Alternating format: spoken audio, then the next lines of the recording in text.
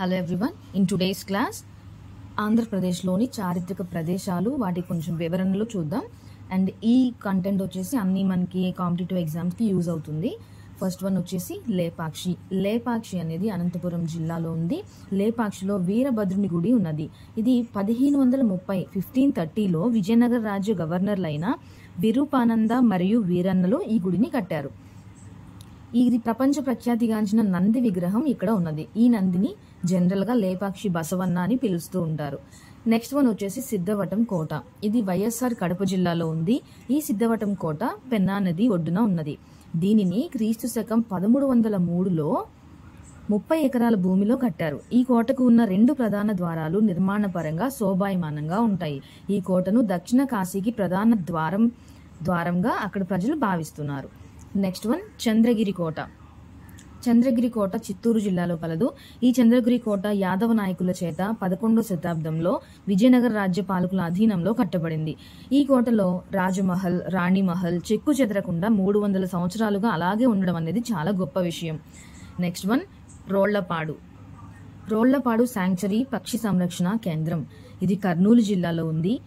ఇది మెయిన్లీ బట్టమేక పిట్టకు బాగా ఫేమస్ అనమాట. అంటే బట్టమేక పిట్టకు ఈ ప్రదేశం అనేది స్పెషల్ ఆవాసం అని చెప్తాం. Next one ISRO. Satish Dhawan Indian space research organisation.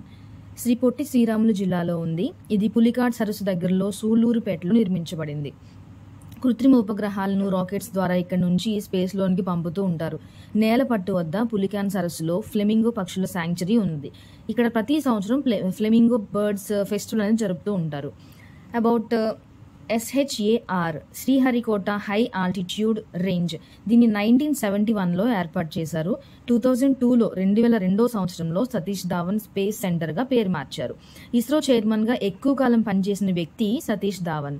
Now డైరెక్ట్గా ఇప్పుడు పనిచేస్తున్న వ్యక్తి ఎవరు అంటే Padmakumar. Next topic Motupalli port. ఈ మోటుపల్లి పోర్టు ప్రకాశం జిల్లాలో కలదు.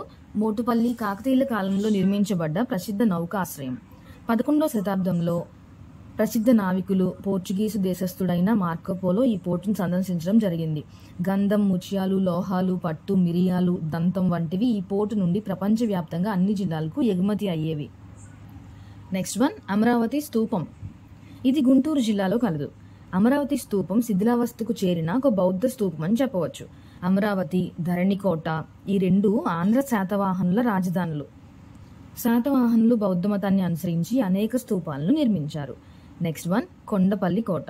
ఈ కొండపల్లి కోట అనేది కృష్ణా జిల్లాలో ఉంది. కొండపల్లి కోట కృష్ణా జిల్లాలో విజయవాడకు దగ్గరలో ఉంటుంది. ముసునూరి నాయకులు ఈ కోటను కట్టించారు. 1370లో ముసునూరి నాయకుల పతనం తరువాత కొండవీడు రెడ్డి రాజులు ఈ కోటను ఆక్రమించారు. ఈ కొండపల్లి గ్రామం అనేది కొండపల్లి బొమ్మలకు ప్రసిద్ధి. నెక్స్ట్ వన్ కొల్లేరు సరస్సు, కొల్లేరు లేక్. ఇది పశ్చిమ గోదావరి జిల్లాలో కలదు. భారతదేశంలోని అతిపెద్ద మంచినీటి సరస్సుల్లో ఇది ఒకటి. గోదావరి, కృష్ణ నదుల మధ్య విస్తరించి ఉన్నది.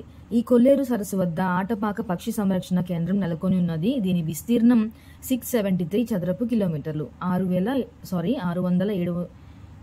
673 అండ్ ఇక్కడ పెలికాన్స్, సైబీరియా కొంగలు, పెయింటెడ్ స్టాక్స్ అను వలస పక్షులకు సంరక్షణ కేంద్రంగా చెప్పవచ్చు దీన్ని ఈ కొల్లేరు సరస్సుని. నెక్స్ట్ వన్ వచ్చేసి కోరింగ. ఇది తూర్పుగోదావరి జిల్లాలో ఉంది. కోరింగ వన్యప్రాణి సంరక్షణ కేంద్రం తూర్పుగోదావరి జిల్లాలో కలదు. భారతదేశంలో విస్తరించిన మడ అడవుల్లో ఇది 2వ పెద్దది. ఈ ప్రదేశంలో అనేక రకాల మడ చెట్లు మరియు 120 కన్నా ఎక్కువ సంఖ్యలో పక్షి జాతులు అనేవి ఉన్నాయి. మడ ఆవరణ వ్యవస్థ సముద్రం లేదా మహాసముద్రంలో నది కలిసే ప్రదేశం ఈ కోరింగ ప్రదేశం అని చెప్పవచ్చు. Next one Borra caves, Borra గుహలు అంటాము.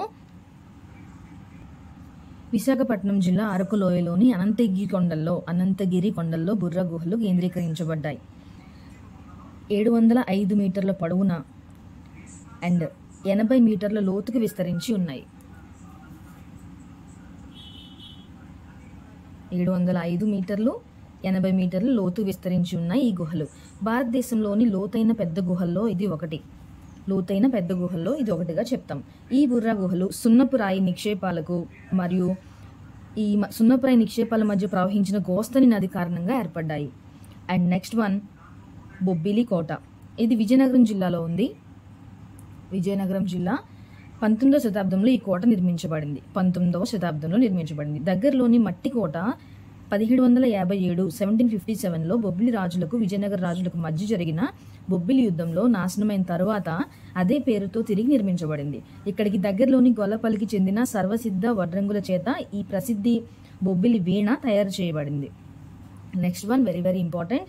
తేలి నీలాపురం మరియు తేలుకుంచి పక్షి సంరక్షణ కేంద్రాలు ఇవి శ్రీకాకుళం జిల్లాలో ఉన్నాయి. ప్రతి సంవత్సరం సుమారు 3000 సంఖ్యలో పెలికన్లు మరియు పెయింటెడ్ స్టార్క్ పక్షులు సైబీరియా నుండి ఈ గ్రామానికి సెప్టెంబర్ నుంచి మార్చి వరకు సందర్శిస్తూ ఉంటాయి. Thank you so much for watching. If you like the content, please share to your friends and like the video and subscribe to my channel for more updates and for informative videos which are useful to your competitive exams. Thank you so much.